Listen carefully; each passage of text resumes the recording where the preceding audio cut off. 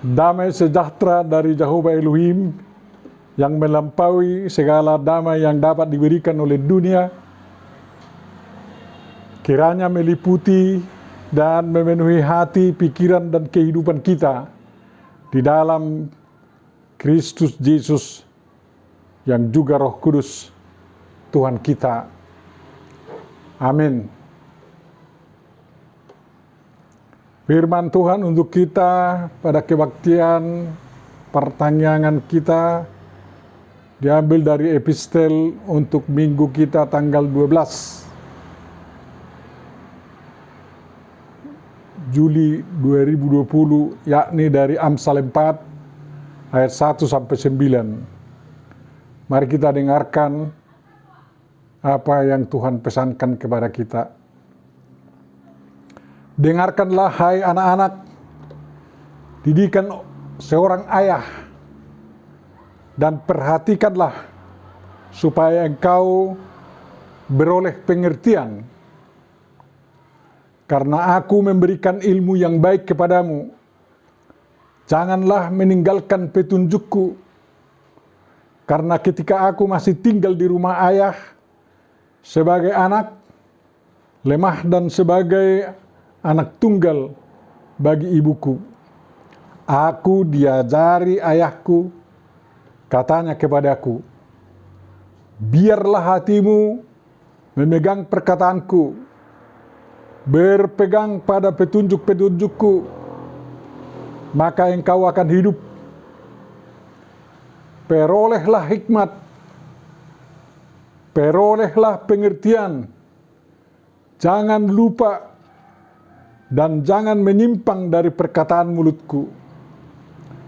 Janganlah meninggalkannya, maka engkau akan dipeliharanya.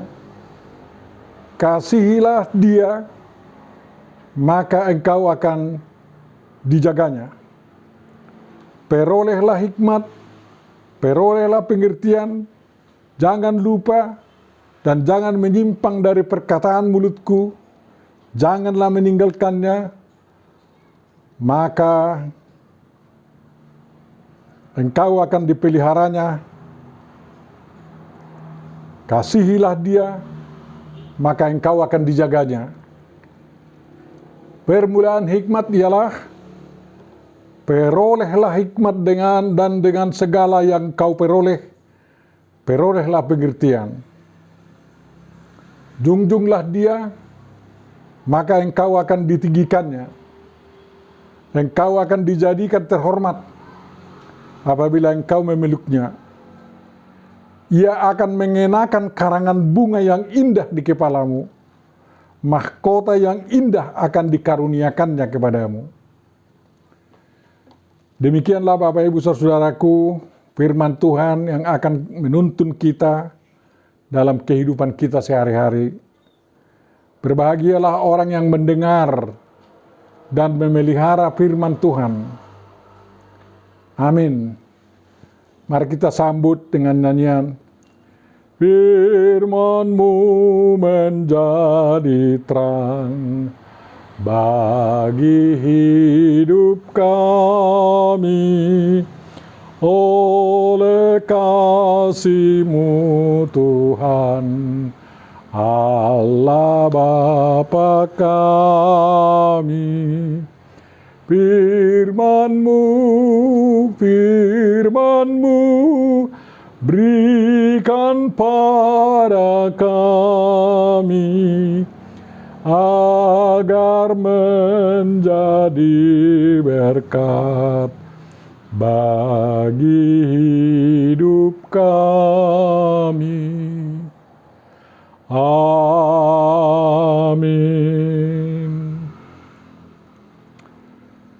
Salam untuk kita semua. Siapa mendengarkan khotbah ini sampai akhir, dia akan beroleh pengertian, pengetahuan, dan petunjuk yang sangat berguna bagi iman dan kehidupannya sehari-hari. Tahun hidupnya banyak, dan dia akan berjalan di jalan yang lurus. Bandingkan Amsal 4 ayat 10 sampai 11. Beberapa poin penting yang akan kita temukan dari firman Tuhan kali ini.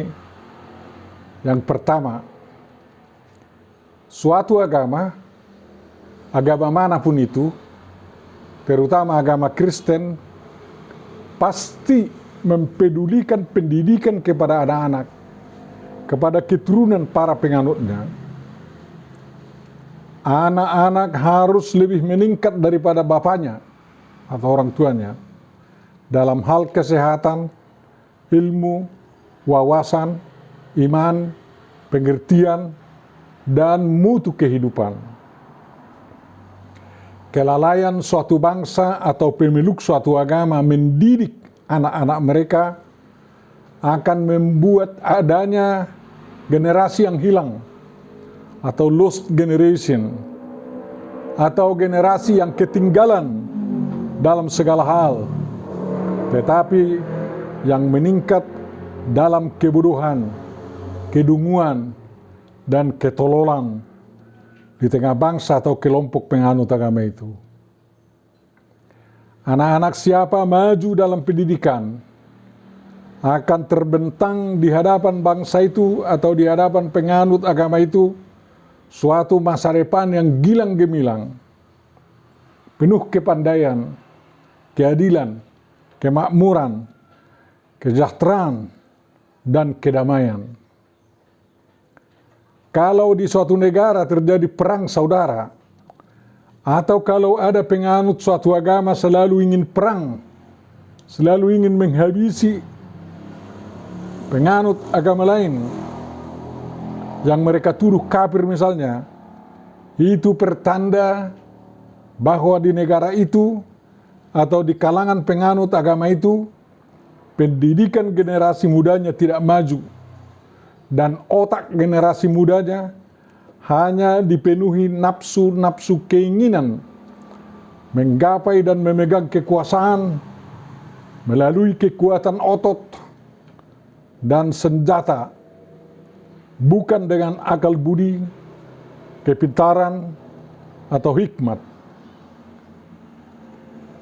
Kebodohan merupakan awal daripada kehancuran suatu bangsa dan penyebab merosotnya mutu kemanusiaan orang-orang atau keturunan daripada keluarga-keluarga di tengah-tengah umat Tuhan.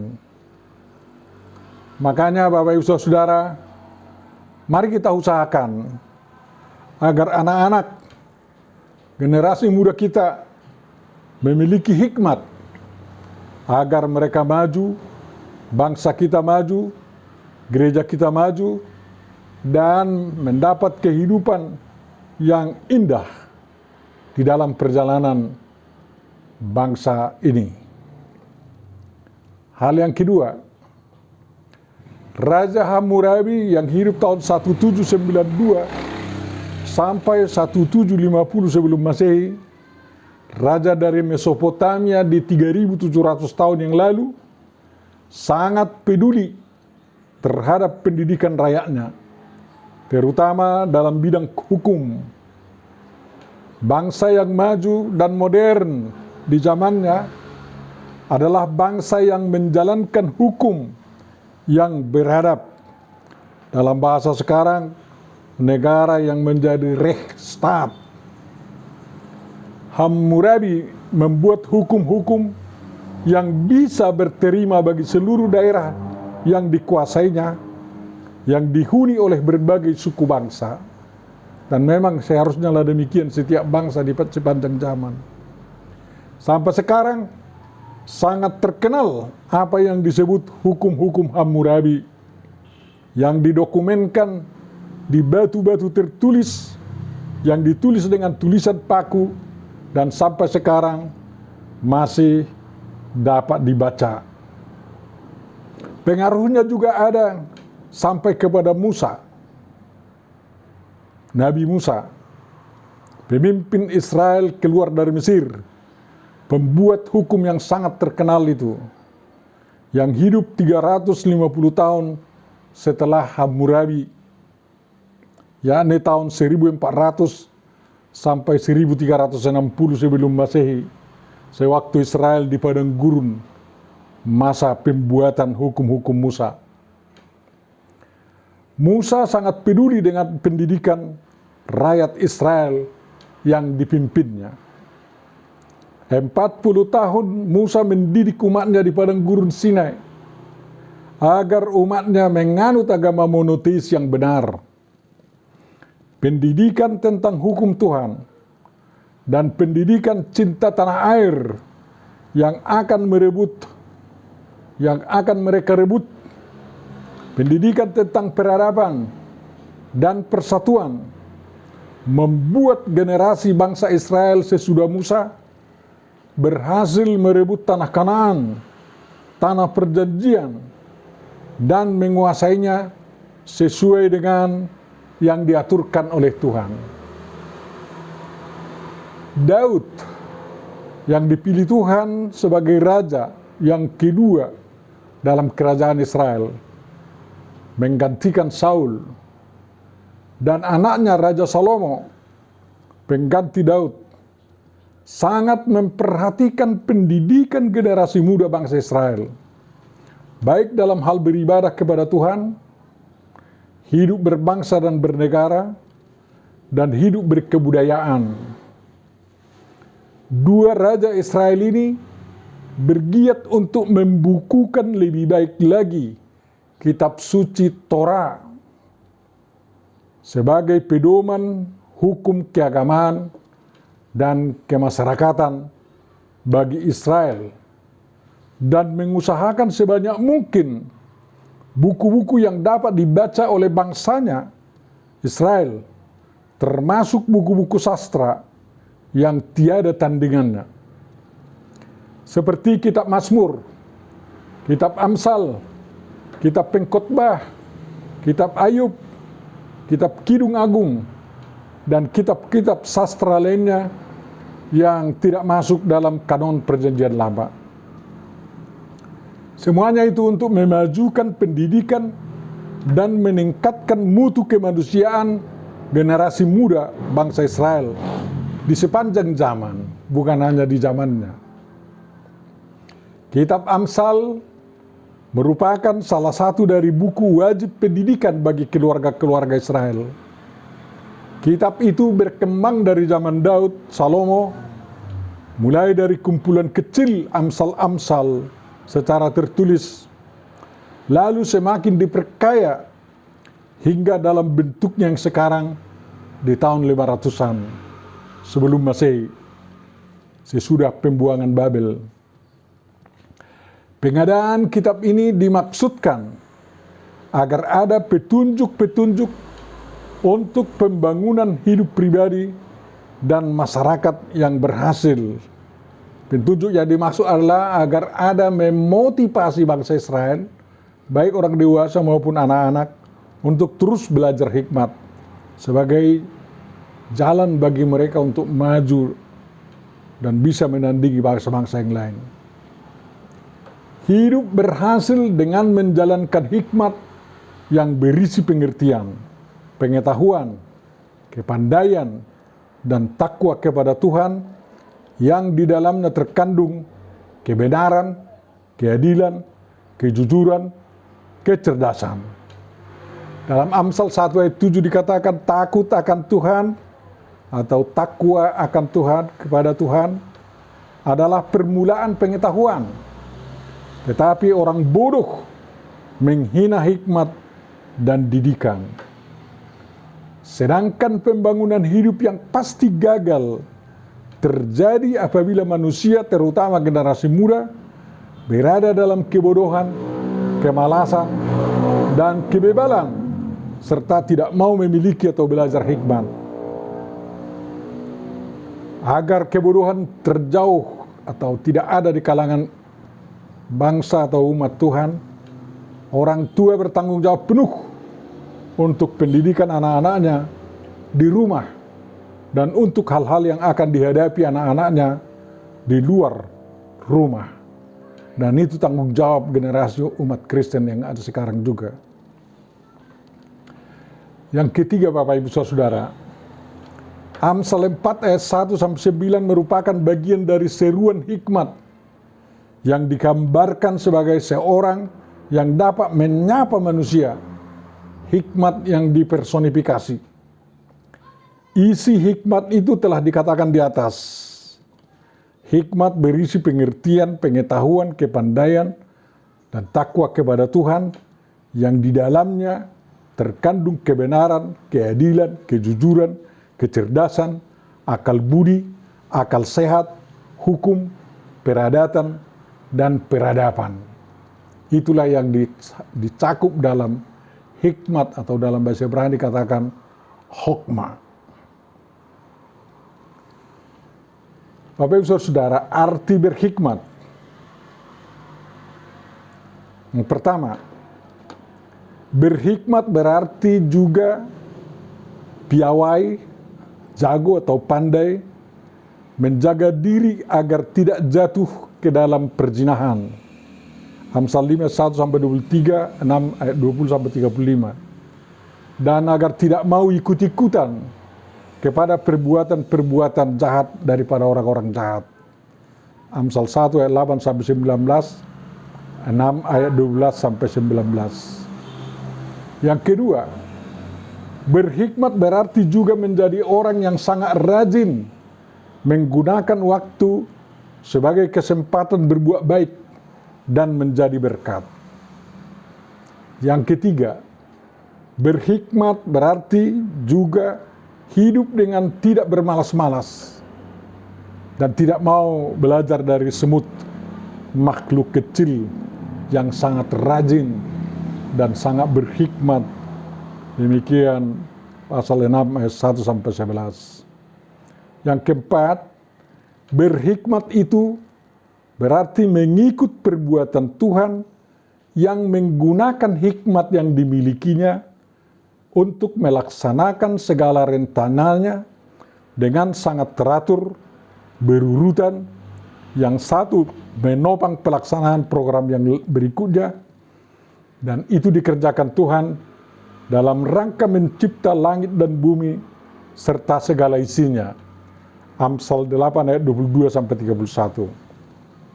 Dan yang kelima, berhikmat berarti bisa atau sanggup menjadi raja yang memerintah, sanggup menjadi pembesar yang menetapkan keadilan atau hakim, dan sanggup menjadi kaya dengan penuh kehormatan, yakni memiliki harta yang tetap, yang kekal, yang lebih berharga daripada emas dan perak.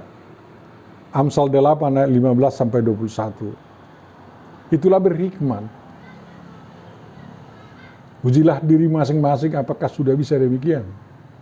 Dalam lingkup keluarga, dalam lingkup kampung, kota, atau di negara ini. Bagaimana mendapat hikmat itu?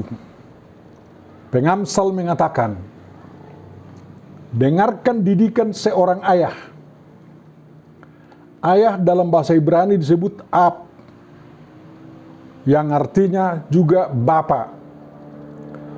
Bagi orang Israel, ab atau bapa itu bisa juga Tuhan, Jehovah, Tuhan kita itu sendiri menjadi bapa kita.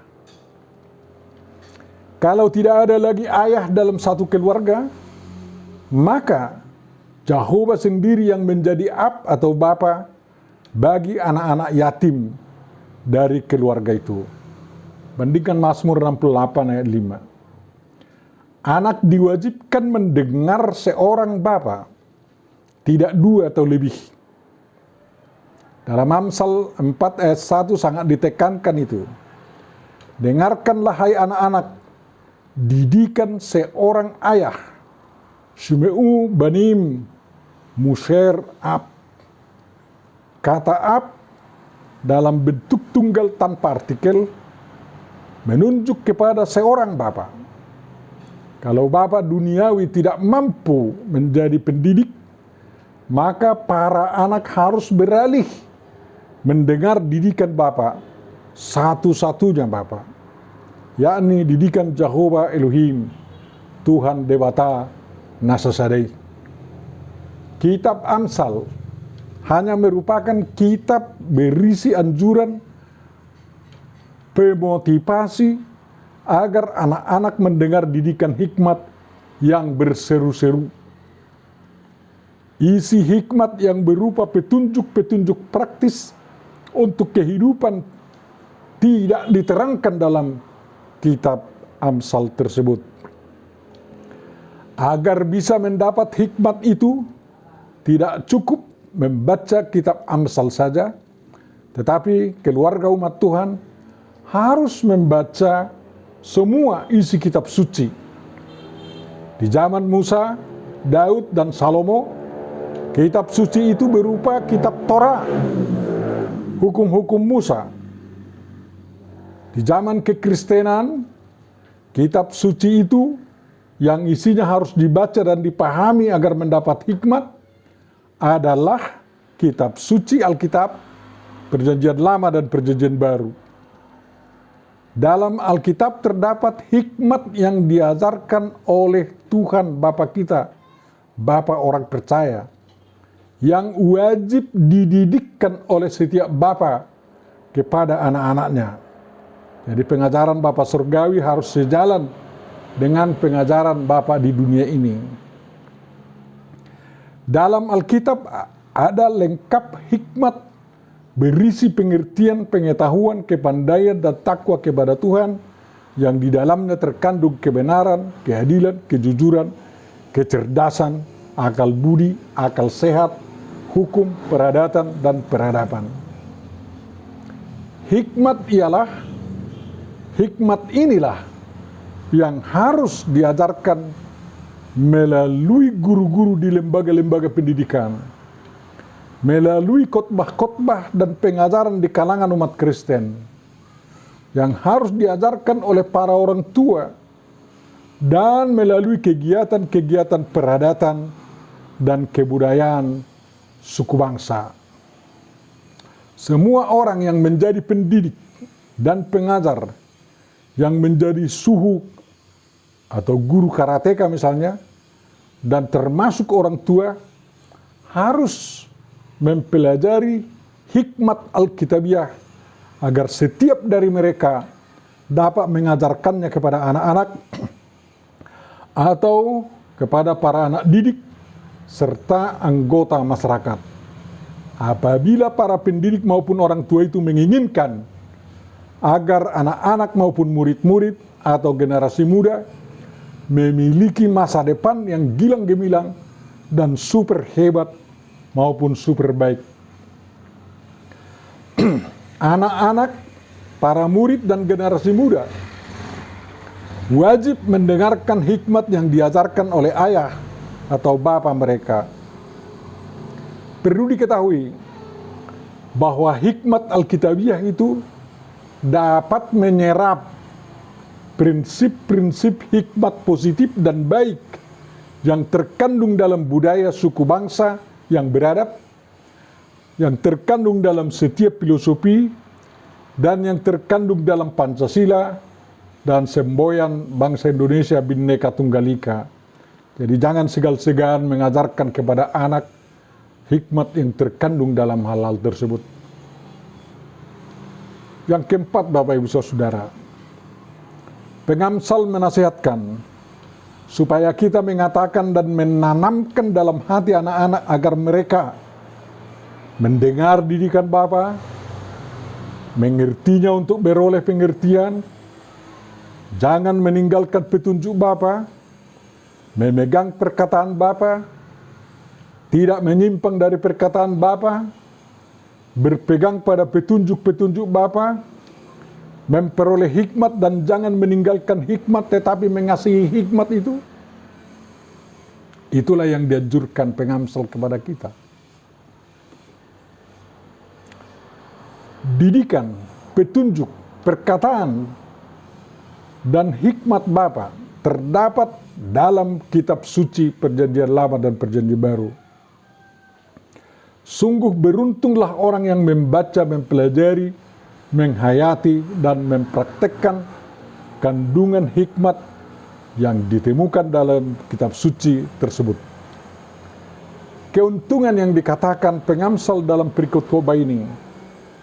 Orang yang bersangkutan akan hidup, terpelihara, terjaga, ditinggikan, terhormat, dikenakan karangan bunga yang indah di kepalanya, mahkota yang indah akan dikaruniakan kepadanya. Itulah keuntungan orang yang memiliki hikmat dari firman Tuhan. Dalam seluruh kitab suci, dalam seluruh kitab Amsal, masih banyak lagi dikatakan yang menjadi keuntungan bagi orang yang membaca, mempelajari, menghayati, dan mempraktekkan hikmat Alkitabiah tersebut.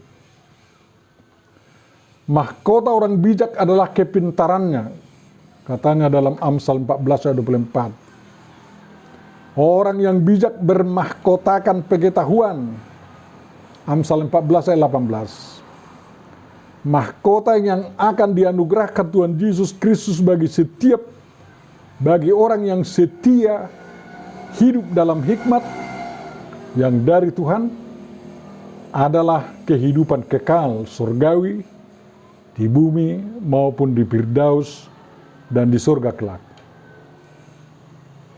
Tentu saja orang yang beruntung adalah orang yang konsisten melakukannya, bukan yang dengan setengah hati. Firman yang awal dan yang akhir menurut kitab Wahyu mengatakan, hendaklah engkau setia sampai mati, dan aku akan mengaruniakan kepadamu mahkota kehidupan.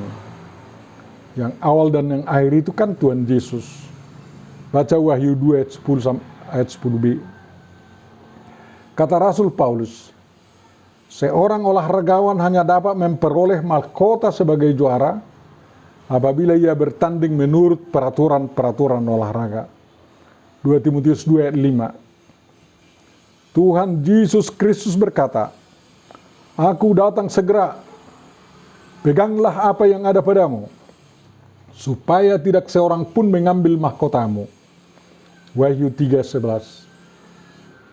Hal yang kelima yang perlu saya sampaikan dalam kesempatan ini Bapak Ibu Saudara. Dalam periode yang lalu, Huria Kristen Indonesia telah membuat satu dari antara tahun itu, yakni tahun 2014 menjadi tahun pendidikan yang diberi arahan-arahan tentang apa yang harus dilakukan oleh seluruh umat selama tahun pendidikan itu, baik dalam pendidikan formal di sekolah-sekolahnya, pendidikan formal di sekolah-sekolah sidi, di sekolah-sekolah minggu, dan pendidikan non-formal di dalam keluarga-keluarga umat Kristen. Tahun ini, tahun 2020, merupakan tahun anak-anak bagi Huria Kristen Indonesia, dan menugaskan semua umat mempersiapkan semua anak Huria menjadi anak yang bermasa depan yang hebat, yang lebih baik dibanding dengan kehidupan umat yang ada sekarang. Renungan kita mengingatkan kita kembali untuk menggunakan semua arahan-arahan itu dalam rangka memantapkan langkah-langkah anak Huria memiliki hikmat yang akan digunakan menuju masa depan yang gilang gemilang dan mendapat mahkota kehidupan dari Tuhan Yesus Kristus. Amin. Mari kita sambut. Firman-Mu berkatilah. Firman-Mu berkatilah, kekal dalam hatiku. Teguhkanlah imanku, Yesus Juru Selamatku. Yang dengarkan firman-Mu diselamatkan oleh-Mu. Doa dan pujianku terimalah ya Tuhanku. Amin. Mari kita berdoa, Bapak Ibu Saudara. Bapa Surgawi dalam Yesus Kristus, Tuhan dan Juru Selamat kami, terima kasih atas kesempatan yang Kau berikan bahwa kami bisa merenungkan firman-Mu. Dan terima kasih atas kesempatan ini yang Kau perkenankan kami berdoa kepadamu. Kami bawa Tuhan seluruh umat-Mu, umat Kristiani, khususnya juga warga Huria Kristen Indonesia, agar Engkau lindungi, Engkau berikan hidup yang selayaknya bagi mereka, dan kiranya kekayaan-Mu yang menjadi kekayaan mereka, agar mereka berlimpah-limpah dalam segala hal dan sukacita. Berkati pekerjaan-pekerjaan mereka di sawah, di ladang, di tempat-tempat kerja, dan juga di rumah masing-masing. Berikan kesehatan yang daripada-Mu Tuhan, baik kepada anak-anak, kepada orang-orang dewasa, para pemuda dan remaja. Kesehatan mental, kesehatan jasmani, kesehatan jiwa, dan kesehatan-kesehatan yang lainnya. Bimbing mereka semua Tuhan. Bapak Surgawi, hari ini kami dengar bahwa banyak sekali para medis di negara kami ini yang sedang tertular COVID-19, padahal mereka sudah sangat sungguh-sungguh membantu umat-Mu agar umat-Mu sembuh. Tuhan, kami tidak berbuat apa-apa sehingga kami harus mengadu kepadamu agar Engkau yang memberikan kesehatan kembali kepada mereka. Tuhan, jangan biarkan seorang pun dari para medis dan dokter kami itu yang meninggal dunia. Tapi Engkau sangat membutuhkan mereka untuk mengurus orang-orang. Walaupun negara kami miskin, kalau para tenaga medis kaya dalam iman, kaya dalam semangat, itulah yang terbaik bagi bangsa kami Tuhan. Dan kiranya Engkau mempersiapkan segala yang mereka butuhkan juga. Mampukan negara kami dalam menolong mereka Tuhan dan keluarga-keluarga mereka. Dan juga orang-orang yang sakit Tuhan. Sampai sekarang masih kami dengar bahwa orang-orang yang tertular di negara kami, terutama di Jawa Timur dan Surabaya, masih terus meningkat. Sehingga PSBB gelombang berikut masih terus dijalankan. Tuhan, berikan kesungguhan kepada rakyat negara kami yang ada di sana untuk menjaga diri agar jangan menjadi penular dan tertular. Kami tidak bisa berbuat banyak Tuhan karena negara kami belum mampu menghasilkan obat-obat yang sangat berguna untuk menyembuhkan orang yang jatuh sakit karena COVID-19. Tuhan, tolonglah kami, tolong semuanya, tolong bangsa-bangsa lain yang sudah lebih pandai dari bangsa kami untuk membantu bangsa kami Tuhan dalam hal ini. Karena Engkau mengasihi seluruh umat manusia tanpa kecuali. Bapa Surgawi, mampukan negara kami Tuhan. Negara kami, pemerintah kami sedang diguncang oleh kesulitan ekonomi.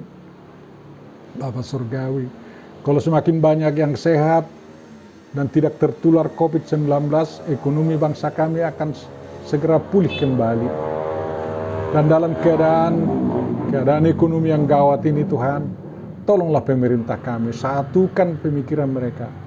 Baik orang-orang yang berpandangan opositif, berikan menjadi pandangan yang positif, agar kami semua tidak ada yang merusak rencanamu untuk memulihkan keadaan bangsa kami, agar kami semua dapat saling menopang, membuat yang terbaik di tengah-tengah bangsa kami.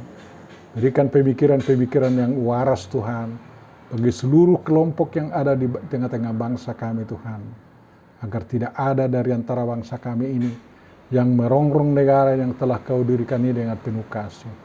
Tuhan, ampuni dosa-dosa kami semua. Ampuni dosa orang tua kami. Ampuni dosa sanak saudara kami Tuhan. Dan jangan perhitungkan itu kepada siapapun. Sempurnakanlah doa kami ini ya Bapa dalam Yesus Kristus Tuhan dan Juru Selamat kami. Dengarkan dan kabulkanlah itu. Amin.